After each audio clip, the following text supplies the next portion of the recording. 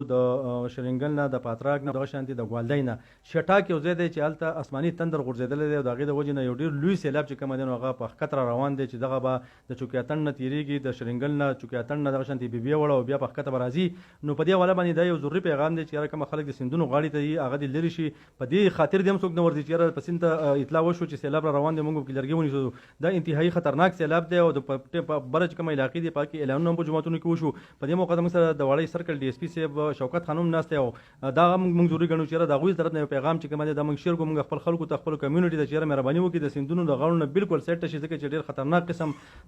سیلاب چې کوم دی نو هغوی چې په مخ په خطر روان دي د دې د وجې نه جاني نقصانونه هم کېدای شي نور نقصانونه هم کېدای شي سرجي څه پیغام ورکوي په دې حواله باندې؟ بسم الله الرحمن الرحیم.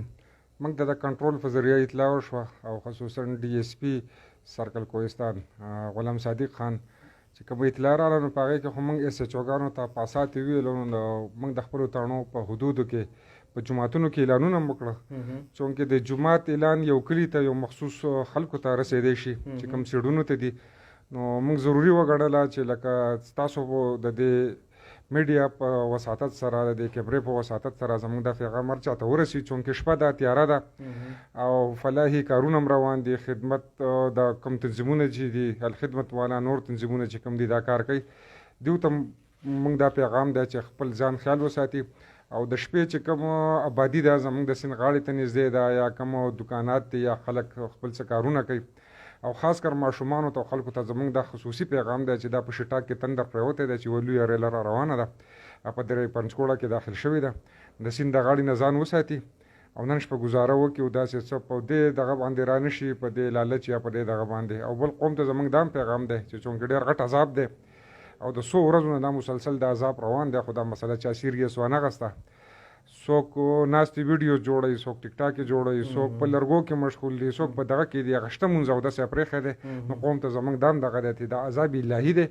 او زموږ په زړونو کې یاره رانننه چې ټول قوم ټول خلک نن دوه رکعاته نفل وکړي او الله ته سر په سجود شي او وجاړي ورته چې دا عذاب نور الله پاک ختم کړي او ډېر سیاح دي خلک دي مختلف ځایونو کې هغو ته تکلیفونه دي ګیر دي په امن کې دي خو بیا هم ګیر دي تکلیف دی ورته چې مسلې دي ورته هغه د ریسک او هغه کارونه هم روان دي نو په دې موقع سره ما مناسب وګڼله چې خاص کر زمونږ د ضلعدیر اپر خلک چې دی چا چاته چې زمونږ دا پیغام رسي او دا کم پلټ چې ښکته را روان دی چې دې کې نن شپه تیاره ده او ځان وساتي د سیند د غاړې نه او هېڅ قسم ریسک وانخلي. شکریه. ډېره مننه جي همدغه شان دغه پیغام زموږ د کوز دیر خلکو ته دغه شان د چکدرې نه والا